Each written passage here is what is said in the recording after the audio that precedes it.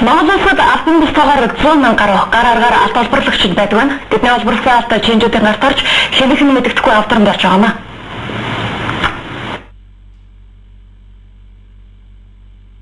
Манай орныхоос 1990 оны дунд үеэс гарааргаар алт олборлолт эрчим жижиг хэлсэн. Одоогоор 20 аймагт гарааргаар ашиглалтмал олборлогчид олборлолт явуулж байгаа гэсэн судалгаа юм байна.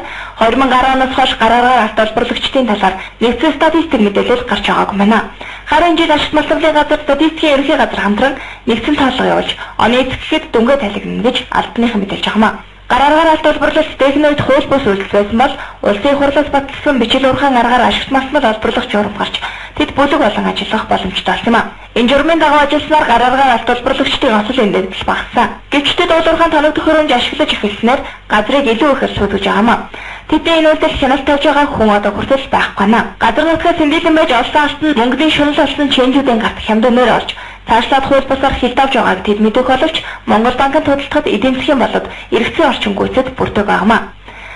Хөдөлთა борлуулалтын асуудлыг манай бас зохицуулах гэж оролцсон уу гэвэл оролцсон. Тэгээд бид нар банктай хөдөө аж ахуйн банкт нартай ярьж байгаа хөдөөгөр явж энэ алтын гэж худалдаж авах салбар байгуулад ингээд худалдаж авах энэ боломжтой гэж судалгаа хийж үзсэн гэтэл энэ нь бол банкнуудын зүгээс манай эдийн засгийн ашиггүй мэнэ яа зардал ихтэй өөрийнхөө банкны төлөөлөгчдийн цуураад ингүүл зардал ихтэй их аюулгүй талаас чичмэн гэж үзээд боломжгүй мэн гэсэн хариу өгсөнтэй харамсалтай ингээд зөвхөн тогтмол орж ихгүй энэ нөгөө яг явж ирсэн байдлаараа л чинжүүдийн гараар орж цаашаа дамжаад ингээд явж байгаа.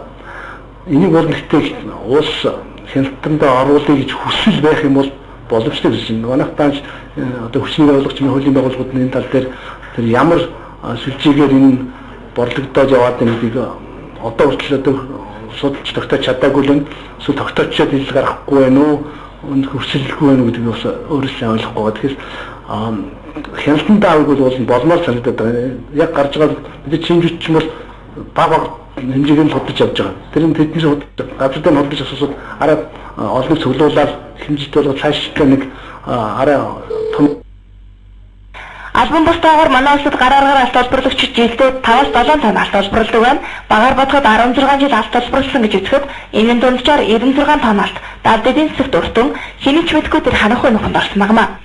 Энэ бодлыг хэрхэн анхаарал тавьж зохицуулт хийхгүй бол манай улсын алт тонноор гадны орнууд руу урсаар хэсэг бүлэг хүмүүсийн хармаад гарахмаа. Ээлжин мэдэн Бат Хурцаатар нар